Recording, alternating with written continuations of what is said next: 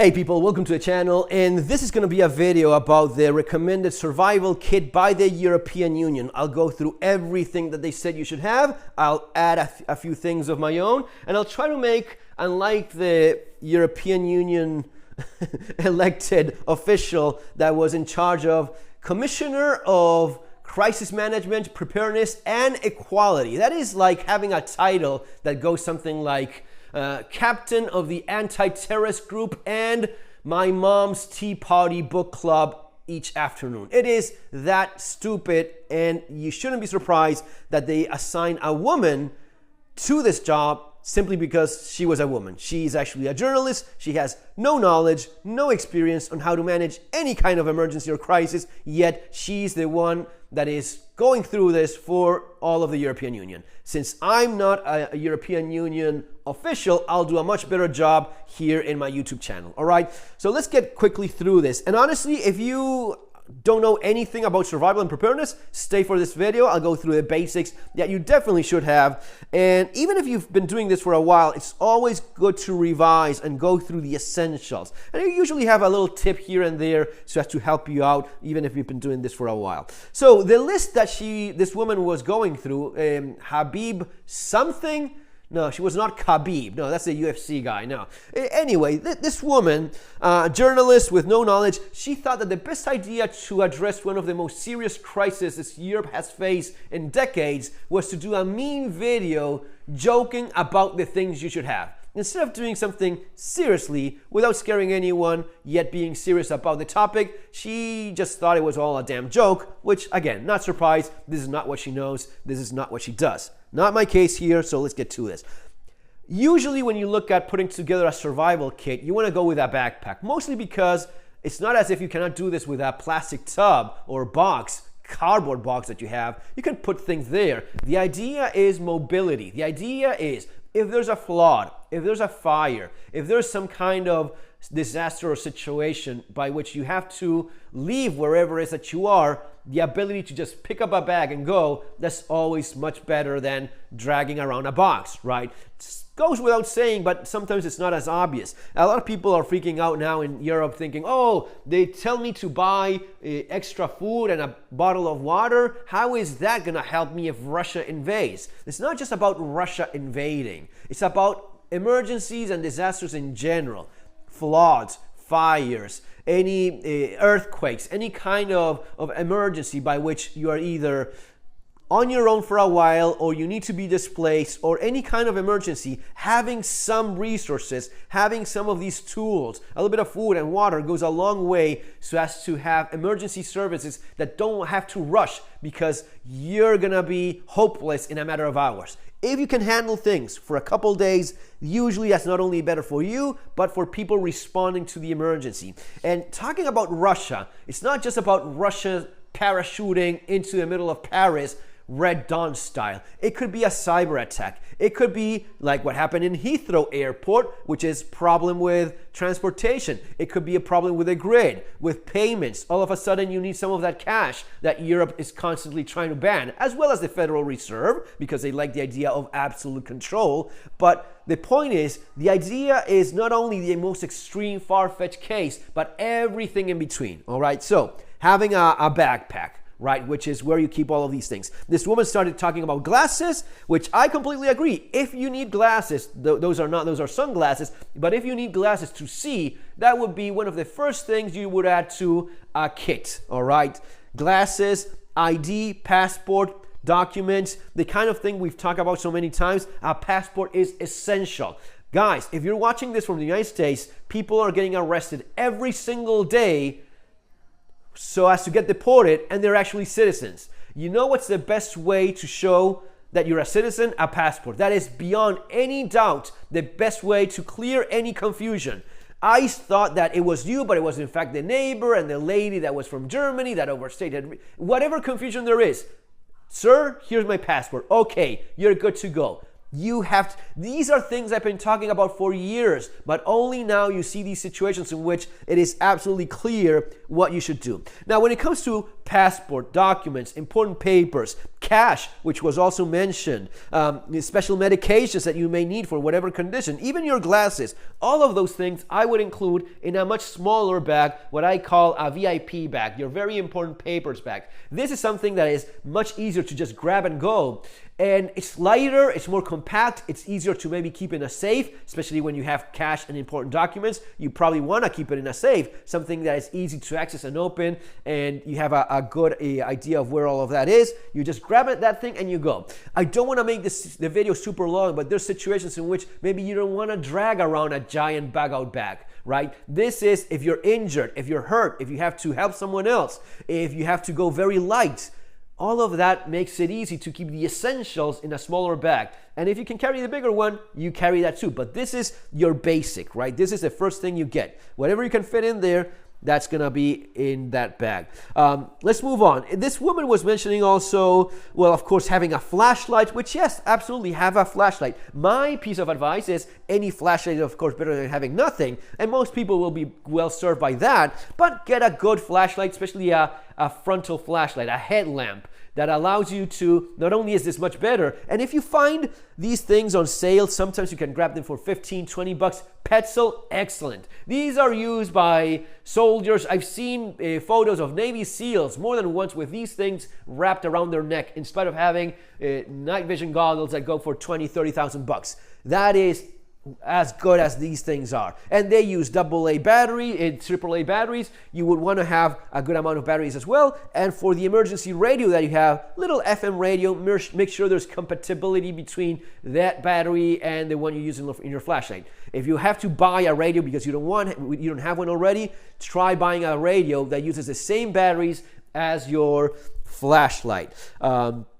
Yeah, the headlamp is super valuable, especially because it allows you to use both hands. With that, you have one hand that is compromised and has to stay with a flashlight unless someone else is holding a flashlight for you, which is also a waste of resources. Headlamps all the way. That's what you see people in emergencies using, rescue crews and so on. Of course, food and water, and there is where water is a lot more important than food. Food you can get by a few days without food. You know, when they say that 3 days of food, you can very much go 3 days without any kind of food and you will be fine. Water, not so much. Water is so important for us, we don't even understand how valuable it is. I will say buy several packs. Have at least a week worth of water. It is so much cheaper than most people give it credit for, and yet so much more important than actual food. Have food too, but water is essential, especially when you're under stress, when you're tired, you're going to be thirsty in a matter of minutes, not even hours. And in terms of food, canned food, long-term storage, and even crackers, whatever it is that you actually find yourself eating frequently in your household that has got that does not require refrigeration, and anything that can have not only a long shelf life but that can be eaten right away without cooking. That is your 3-day food supply. At least, in my opinion, make it a 1 week food supply of those things if at all possible. You have emergency food, of course, such as those Energy 5. This is a little like cracker, like a little cookie, and it crumbles, and you can mix it with water so as to make a paste for babies and people that have problems eating. So yeah, those are nice. They have a 20-year shelf life. But honestly, if you're trying to put this together with a limited budget, go with shelf-stable food from the supermarket.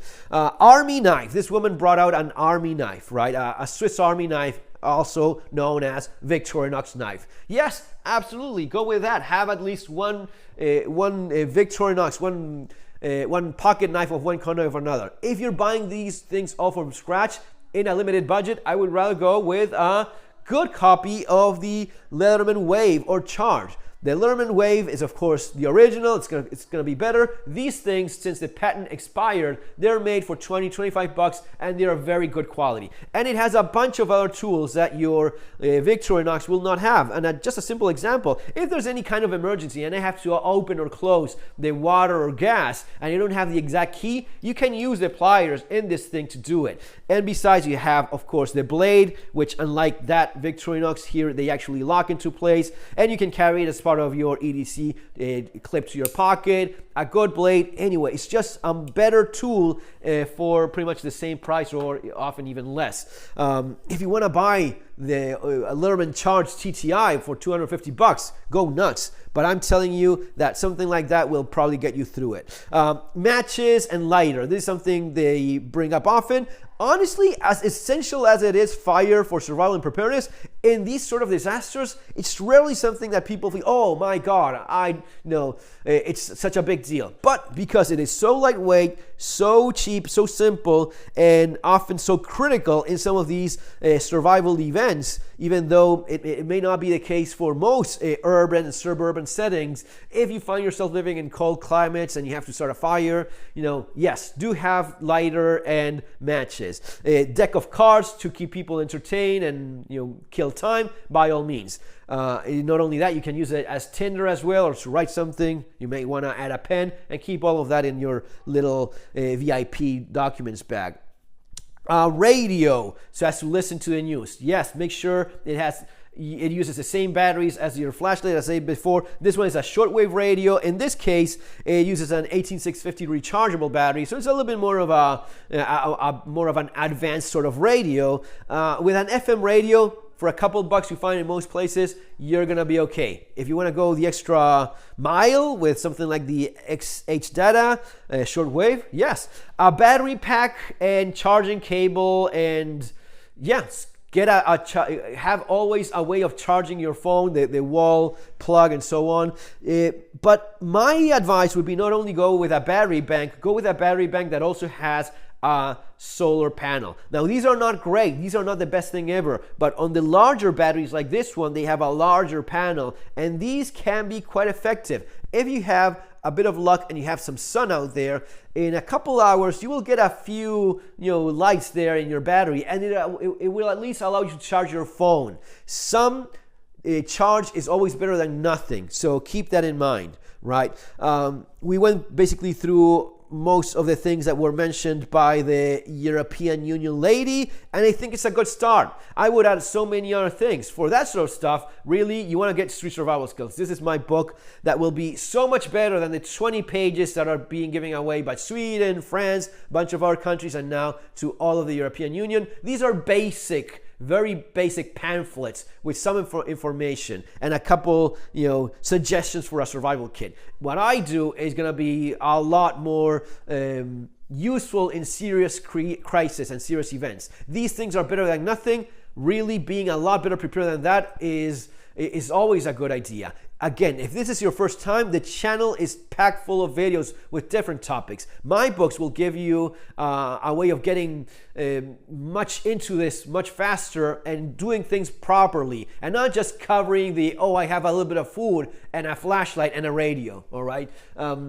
It's not as if you have to make this your entire lifestyle, but the knowledge is always going to be far more important than any specific tools. If you know these things, you know that the tools are super important. That's why we have them. That's why we have EDC. That's why we carry stuff with us. That's why we have these things in our house, in our car, in our job, in our work, right, in our office, wherever it is that you find yourself often. It goes so much more than just the basic stuff covered here. But again, this is not a bad start. I would add a few things of my own that the European lady of equality will never say, which is get yourself a pistol, a gun, something to defend yourself. If you can have only pepper spray is okay. Pepper spray is much better than having nothing. But honestly, if I have to tell you the amount of times, I did a video recently about when did preparedness save your life? When did modern survival actually save your life? Well, honestly, in some of those very, very difficult situations, very dangerous ones, the thing I was always very happy to have when those things happen,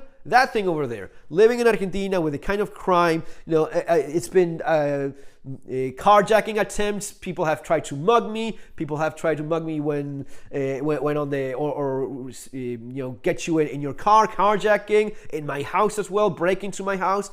In all of those situations, having that tool, or something else. Maybe I had some other gun at that moment, but the knowledge and the tools as to know how to use it, that made all the difference in the world, all right? I cannot emphasize this enough. Maybe you live in some safe little part of the world where these things you just see in movies and so on, but trust me, when shit gets down, and I would even tell you, not only just say, it was the case of having maybe your loved one, and you explain how to use these things, and someone tries to break in and they see they have a gun and they take off and they stop trying to break in. These are all things that can happen. And if there's a disaster, if there's an emergency, people all often take advantage of that. There's going to be looting. There's going to be a civil unrest. There's going to be situations of lawlessness where someone will always try to take advantage of that. So the knowledge, the tools, these are things that make an enormous difference, and they will never tell you. I will tell you that. Get yourself a Glock 9mm, get yourself a couple boxes of ammunition.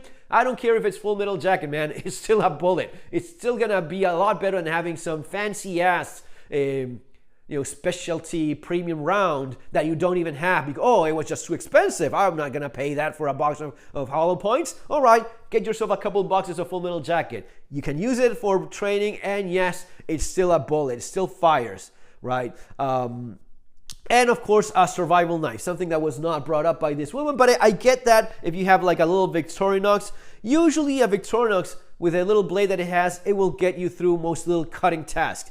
But if we're gonna do this, I strongly suggest having a fixed blade knife. That is the one I designed myself for Aitor. These are made in Spain. They are made of N690 boiler steel, which is a fancy, high quality stainless steel. You don't have to get that. You can go with a Mora. These are made in Sweden. These are 10 to 15 bucks. You can find them all day long in Amazon. I'll leave links there below for everything that I explained here. But this will cut, man. This will do most cutting tasks. Now, of course, the blade is thinner, it's smaller, it's not a full tank blade, but of course, the price is different. This will still do the job. Not only that, if you look around, I bought previously 4 or 5 knives at a time because they were like $1 or $2, something like this. So you can find cheap knives. But my point is, have a nice fixed blade knife. Like this, maybe even a little bit bigger, but a fixed blade knife should be part of your survival kit. Guys, that's basically it. There's a lot more to this, but this is always gonna be a good start. If you want to learn more about all this stuff, you have the channel. Again, you have the books that I strongly suggest you get. You have the audiobook of Surviving the Economic Collapse, which is recently available in Amazon. See you next time. Take care. Have a good one.